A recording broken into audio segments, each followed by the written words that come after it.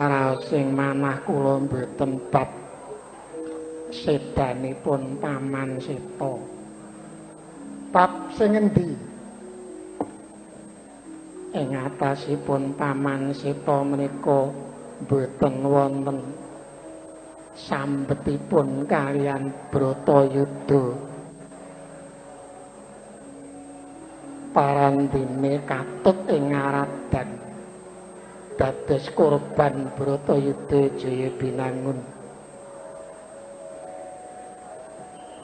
Sepinten cuwanipun Kanjeng Hyang ing Wirata ing atase yen ana kemenangane Bratayuda ingkang duwe kukupan para Pandhawa, mangka Kanjeng Hyang ing Wirata mboten tumut menapa-menapa kecalan putra tiga.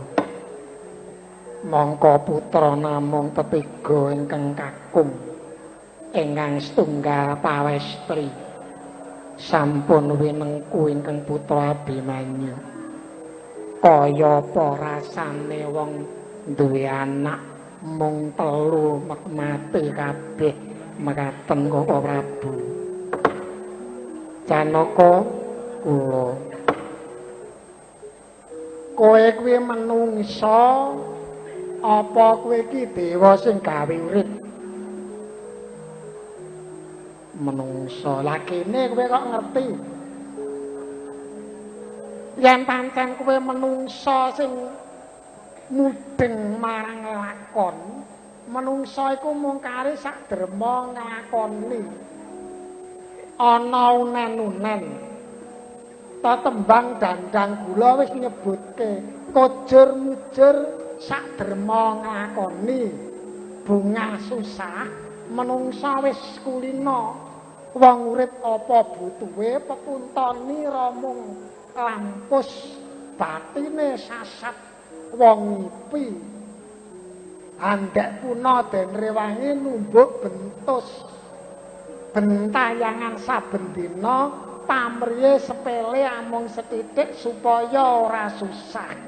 Dadi menungsa urip ana ngalang padang iki sing genep uripe kuwi menungsa sing ora kedunungan susah.